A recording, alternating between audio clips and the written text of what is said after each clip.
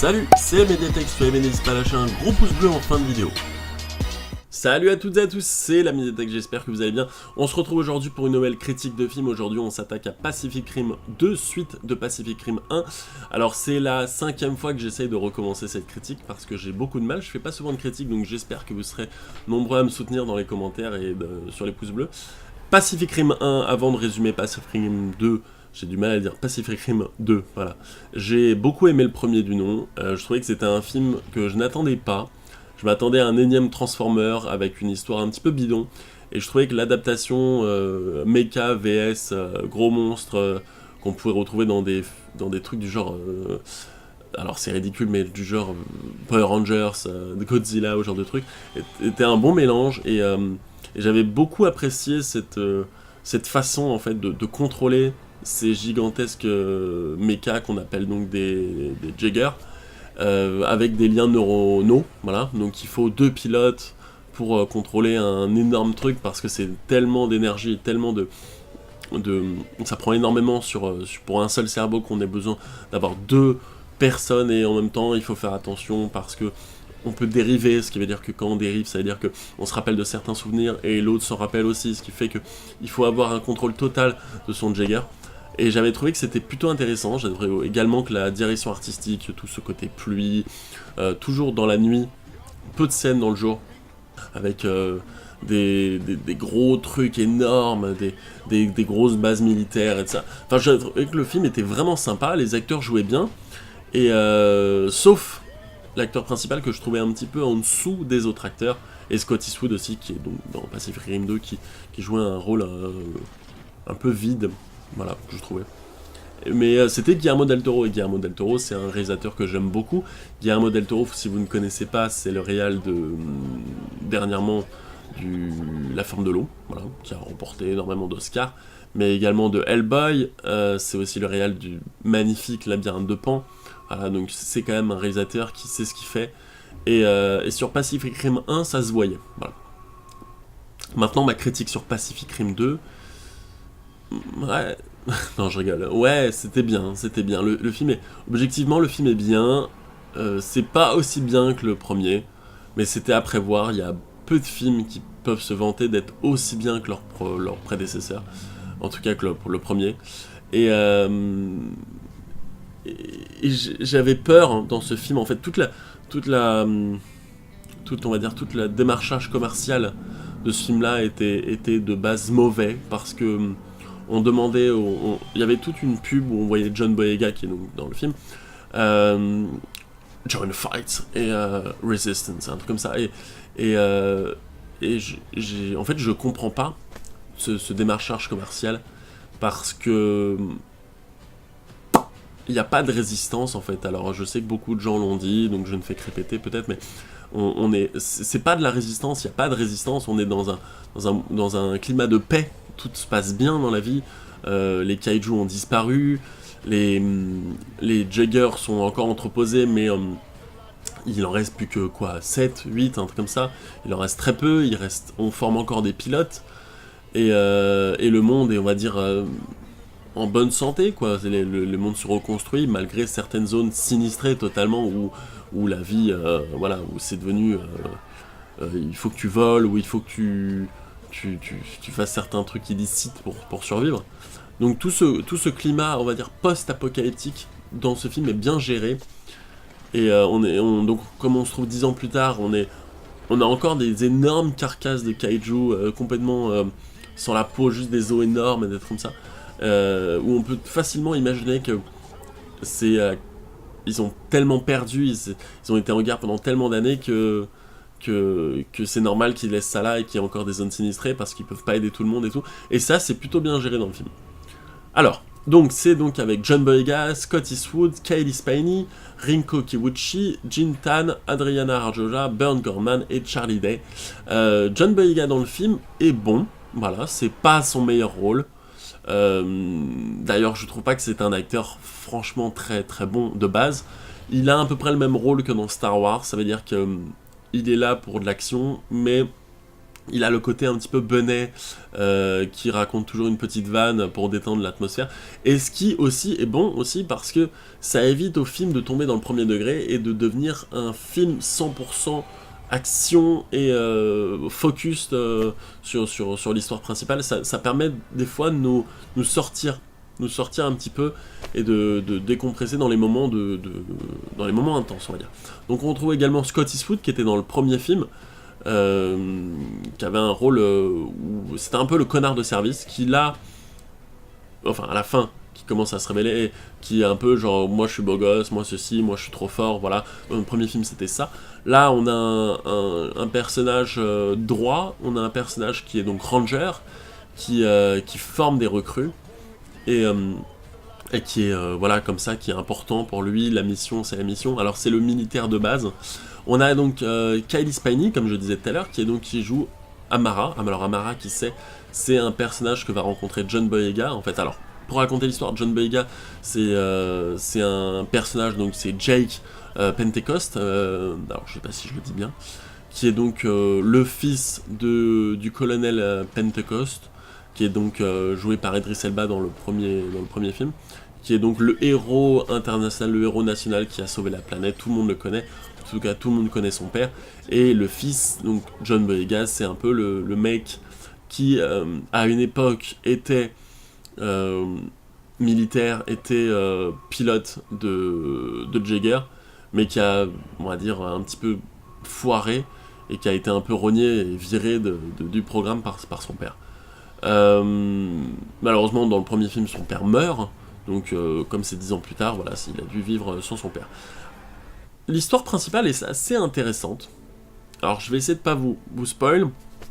On est sur une histoire que j'avais pas forcément vu venir, avec des retournements intéressants, avec des moments où on se demande si est-ce que c'est vraiment lui le méchant, est-ce que c'est vraiment elle la méchante, voilà, bon, vous verrez dans le film. Et ça, c'est plutôt sympa, voilà. Alors, l'histoire, j'y viens, parce que ça fait presque 7 minutes que je parle, et j'ai pas raconté l'histoire. C'est donc l'histoire de John Boyega, donc de Jake, qui est donc un ancien pilote, qui donc vit en volant, dans l'illicite. C'est un mec qui... on découvre ce personnage parce qu'en fait il va voler une batterie pour des gens peu fréquentables pour, j'imagine, rembourser ce qu'il devait, ou pas une batterie mais un espèce de condensateur, enfin un truc qui permet au Jaeger de vivre. Et en arrivant là, il va tomber sur une nana en fait qui va lui voler son truc, il va y avoir une course poursuite, voilà. Et il s'avère en fait que cette fille, donc qui est Amara, en fait est une petite hackeuse mécanicienne, doué de combat. C'est un peu le rêve de toutes les ados un petit peu rebelles, voilà, qui a perdu ses parents, et qui en fait vit par elle-même, se débrouille par elle-même, et qui a donc construit un petit Jaeger de 4-5 mètres, beaucoup plus petit que les Jaeger énormes qui font 150 mètres de haut, et qui va donner du fil à retordre à un Jaeger à un moment donné, un grand, qui s'appelle donc Avenger, je crois que c'est comme ça qu'il s'appelle, Avenger, qui est et donc ils vont se faire griller, voilà, il va y avoir un truc, et on va proposer à Jake et à Amara soit de partir en prison, soit de rejoindre la DDPD, ou DDPD, je sais plus comment ça s'appelle, enfin, la défense Pacific Pan, enfin, qui crée les Jaeger et qui se bat, et de combattre, on va dire, et de devenir des pilotes. Voilà, donc ça c'est le pitch du film, et malheureusement, il va y avoir un personnage donc, qui est donc Chao, qui est Li Wen Chao, qui veut créer en fait une armée de drones, de Jaeger drones. Ça veut dire que ce serait des drones de Jaeger pilotés à distance pour éviter aux pilotes, on va dire, sur place de mourir, et qui a une idée en fait, voilà, c'est ça son idée. Et lors d'une démonstration des drones, comme ça, il va y avoir un autre Jaeger qui va arriver, qui sort de nulle part, qui n'appartient à personne, apparemment, et qui se trouve en fait, qui va foutre la merde, voilà, lors d'une manifestation. Il va y avoir tout un combat avec d'autres Jaeger, et malheureusement, il va tuer un personnage central à l'histoire du premier film, et ça va pousser nos héros à découvrir qui est ce mystérieux Jaeger, quelle est sa mission, d'où vient-il, et ça va nous mener à une plus grande histoire, riche en émotions et riche en combats, qui ma foi, vaut plutôt le coup. Voilà. Alors, niveau réalisation, alors je sais pas si je l'ai dit, peut-être que je me répète, Steven DeKnight. Steven DeKnight, c'était donc le réalisateur de Spartacus et de Daredevil. Donc c'est un mec qui, on va dire, un peu inexpérimenté dans sa manière de faire au cinéma. Clairement, au niveau de la façon dont c'est filmé, on reconnaît totalement que c'est un mec qui fait des séries, parce qu'on a des mouvements de caméra à un moment donné au milieu du film où la caméra va se balader comme ça, à droite, à gauche, sur plusieurs personnages, et en fait l'action va comme un timelapse en direct, avec des personnages qui bougent et qui parlent, et c'est très ce qu'on pourrait trouver dans une série pour faire parler plusieurs personnages en même temps, pour avoir toute une scène sans forcément faire plusieurs cuts et sans faire plusieurs plans différents avec plusieurs personnages. Alors je sais pas si c'est très clair, j'essaierai de vous foutre la scène si je la trouve, mais c'était une scène qui m'a marqué. Je me suis dit ça fait très très série, et en tout cas ça fait pas très cinéma, et je comprenais pas pourquoi ils étaient partis chercher ce réalisateur là, ce showrunner là, et je pense que la raison c'est parce que comme c'est le mec qui a créé Spartacus et qui a écrit pour Daredevil, il a l'habitude des scènes de combat. Et ce film est riche en scènes de combat. Je pense qu'il y a 100 fois plus de scènes de combat dans ce film-là que dans le film d'avant. Et les scènes sont plutôt intéressantes, malgré que des fois, ça fait un effet un peu Transformers, ce que je dirais. Ça veut dire que on va avoir beaucoup d'action, et on va limite plus avoir, on va plus savoir où se focaliser, parce qu'on va avoir des Jaeger, des kaiju, d'autres trucs, des drones, et tout ça dans l'action avec des grosses explosions, des gros trucs de partout, et c'est assez, on va dire, ouais, perturbant, parce qu'on sait pas où se focaliser, on sait pas vraiment où regarder, et on arrive à des moments en fait où il y a trop d'informations, il y a trop d'explosions, il y a trop de trucs qui pètent, et c'est juste dommage. Au niveau des effets spéciaux, il n'y a rien à dire, le film est très très beau. Je dirais, alors je sais pas si c'est que pour ma part, mais je dirais que le film manque peut-être d'un truc, c'est que dans le premier film on avait beaucoup de scènes qui se passaient de nuit, sous la pluie, et qui faisaient un contraste vachement intéressant avec les lumières des Jaeger, avec tout ce qui se passait, avec les explosions, avec les trucs comme ça. Et disons que en fait dans ce film là ça se passe de jour, il fait beau, voilà, donc c'est pas le même délire, ça se passe même plus au même endroit, donc, enfin ça se passe au Japon ou en Chine à la fin je crois, je sais plus exactement, désolé, mais ça se passe en général aux États-Unis, et je trouve que les Jaeger font lisse. Alors quand je dis lisse, je dis pas, j'ai pas mal fait, mais je trouve qu'ils sont trop propres sur eux, ils font trop CGI, et c'est dommage pour un film de cette envergure, c'est dommage pour un film gros à gros budget comme ça, parce qu'un film comme ça, on s'attend à ce que le film soit très très beau, et attention, le film est magnifique, mais certaines fois je trouve que ça aurait été plus intéressant d'avoir des combats dans la nuit, pour retrouver les mêmes émotions qu'on avait dans le premier Pacific Rim. D'ailleurs, je pense à quelque chose. Dans le premier Pacific Rim, on avait beaucoup de scènes de combat qui se passaient de nuit, mais surtout qui se passaient, on va dire, à échelle humaine. Alors, il y a un truc qui est un peu dérangeant dans ce film, c'est qu'il y a quelques scènes qui font le taf, mais d'autres non. Et je sais pas comment vous expliquer, disons que on n'arrive pas à se rendre compte de la grandeur de ces Jaeger. Alors si, au début du film, on se rend compte de la grandeur des trucs, mais plus on avance dans le film, et plus on cadre les personnages, les Jaeger, à hauteur d'homme, en fait. On les cadre au niveau de la poitrine, pour avoir en fait toute cette zone-là comme ça, et on n'a plus la zone de... en fait, on n'a plus de trucs du genre où c'est des humains qui regardent en haut et qui voient comme ça. Et c'est dommage parce que dans le film d'avant, dans Pacific Rim, on avait toutes ces scènes où on était du côté des humains en fait, qui se battaient, enfin qui essaient de survivre contre les kaiju au Japon, je crois que c'était au Japon, et qui étaient enfermés dans des bunkers et de ces trucs-là, et on était vraiment à hauteur d'homme. On était tout petits comme ça, ils regardaient en l'air et ils voyaient ces énormes Jaeger, ces énormes machines, ces énormes monstres. Et dans ce film-là, je trouve que c'est un peu perdu parce qu'on n'est plus aussi impressionné par ces énormes trucs, parce que la gestion de la caméra et la gestion des plans est pas aussi élaborée et pas aussi impressionnante que dans le film d'avant. On a des plans fixes assez dégueulasses, certains, où il se passe pas grand chose dans l'image, où on est vraiment de loin avec les bâtiments, avec les Jaeger qui se battent entre eux, et c'est dommage. Je pense qu'on si on avait une caméra un petit peu volante qui se balade à l'intérieur, je sais pas, des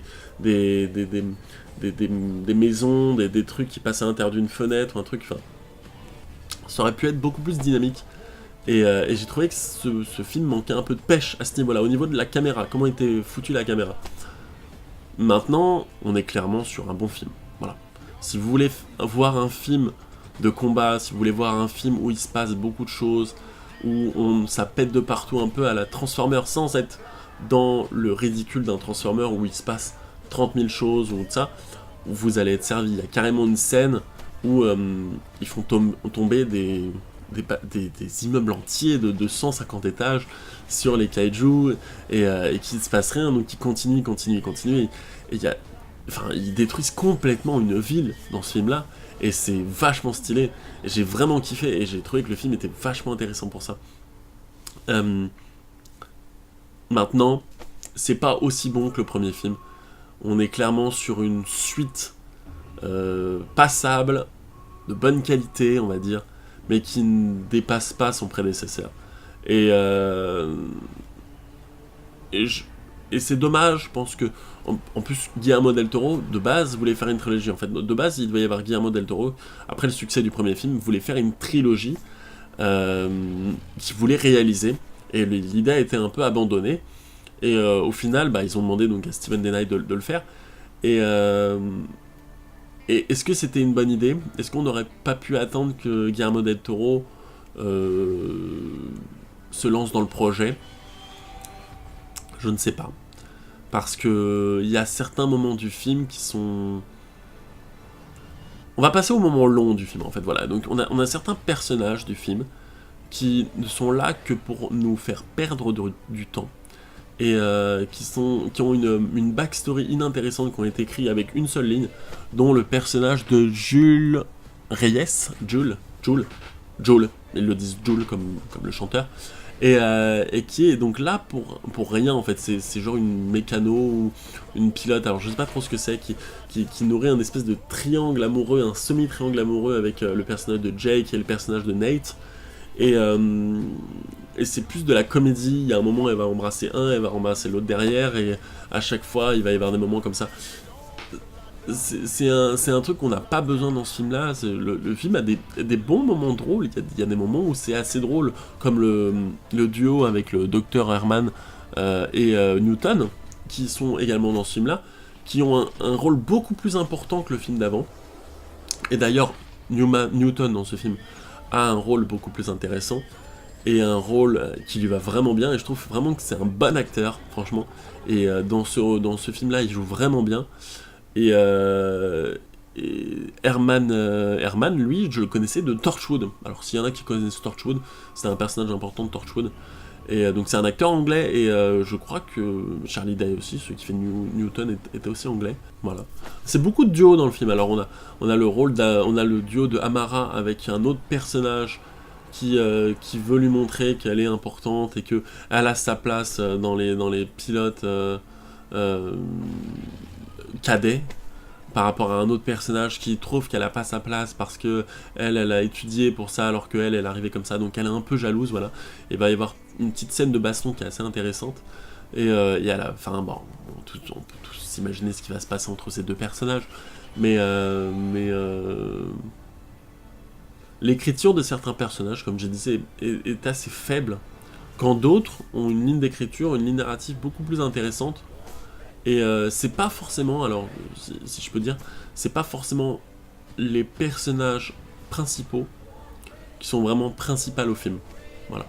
Je dirais qu'il y a certains personnages principaux qui sont un peu absents et on finit au bout d'un moment par s'en foutre un petit peu.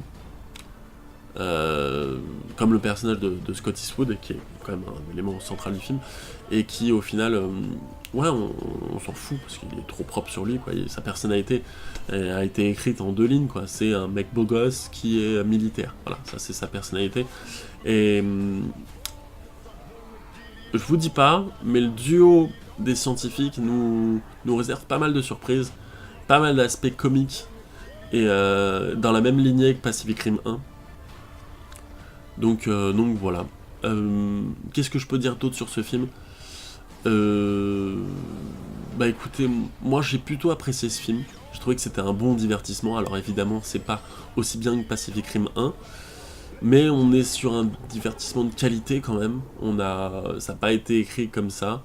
Je vois beaucoup ce film se faire descendre par certains critiques disant que c'est qu'une bouse, un nanar qui a loupé le coche et qui n'a vraiment pas compris son concept.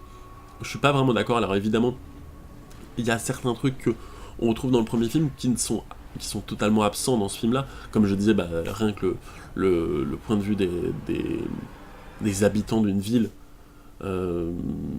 Parce que dans le film d'avant, quand il y a les scènes de combat,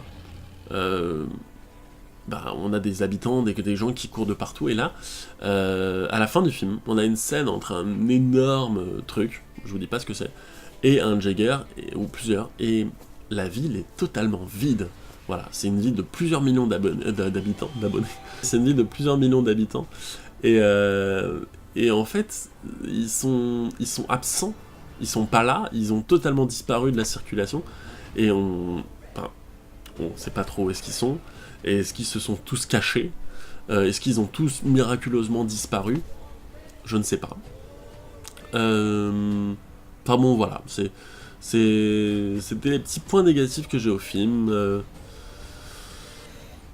Si je pouvais noter ce film-là, j'aime pas donner de note au film parce que j'ai pas assez de recul sur les films pour pouvoir en donner, je m'y connais pas assez bien. Mais je pense que je donnerais au premier film, je donnerais un 16 ou un 17, et celui-là, je donnerais un 14.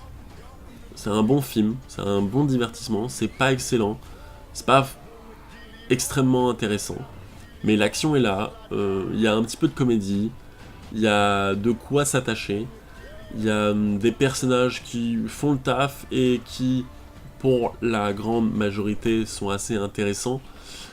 Et oui, je pense que il va y avoir un 3, c'est clairement, on va dire, l'une des scènes de fin du film, on nous indique qu'il va y avoir un 3. Donc je pense qu'il va y avoir un 3, voilà. Et l'histoire du 3 peut être intéressante, parce que, pour finir vite fait, l'histoire de celui-là a été plutôt bien écrite, et vu comment c'était casse-gueule ce projet, avec des réalisateurs qui sont partis, avec des producteurs qui n'étaient pas très chauds, avec des acteurs qui n'ont pas accepté, ou avec des trucs comme ça, je pense qu'ils se sont plutôt bien sortis, et qu'ils auraient pu vraiment faire pire. Voilà. Donc ça sera le mot de la fin, ils auraient pu faire pire, c'est pas exceptionnel, mais c'est un bon film. Je vous conseille d'aller le voir, vous voulez passer un petit moment tranquille, on va se dire débrancher le cerveau, même si là dans ce film il faut carrément le brancher aux machines. Je vous le conseille, c'était marrant, c'était divertissant, voilà, c'est divertissant, c'est pas aussi bien que le premier, maintenant je suis sûr qu'il y en a plein d'entre vous qui vont kiffer ce film, mais voilà, c'était la médiathèque, je te dis à plus dans une prochaine vidéo, n'hésite pas à t'abonner si tu as kiffé cette critique, je fais pas que des réactions comme tu peux voir, je fais aussi des critiques, des reviews, je fais aussi des médiachroniques, il y a une prochaine médiachronique qui devrait sortir sur un compositeur de films, voilà, dont je tairai le nom, voilà, j'espère que vous trouverez, et également une prochaine critique d'un autre film, qui est donc un film Netflix que j'ai vu il y a pas longtemps, que je vous conseille, C'était la médiathèque. N'hésitez pas à me dire dans les commentaires ce que vous en avez pensé, dire si vous êtes d'accord, si vous n'êtes pas d'accord. Je vous dis à plus dans une prochaine vidéo. Abonnez-vous. Ciao.